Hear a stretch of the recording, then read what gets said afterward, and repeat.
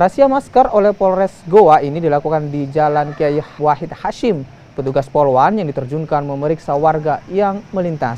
Alhasil, masih banyak warga yang ditemukan tak menggunakan masker. Petugas pun memberikan teguran sekaligus pemahaman.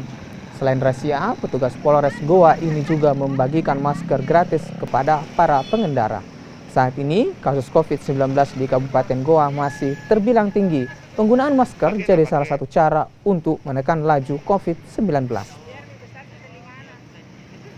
Oke, jadi perlu kami sampaikan Polres Goa memang intens melakukan edukasi kepada masyarakat terkait protokol kesehatan dengan harapan seluruh masyarakat Kabupaten Goa dapat mengikuti protokol kesehatan tersebut seperti penggunaan masker paling utama kepada para pengendara, dan hal itu telah dilakukan agar upaya tersebut mudah diikuti oleh masyarakat. Kemudian personil Polwan Polres Goa kami tampilkan dengan menggunakan papan bicara dengan berbagai tulisan himbauan ajakan kepada masyarakat untuk mengikuti protokol kesehatan seperti penggunaan masker, mencuci tangan, menjaga jarak, dan berbagai hal lain.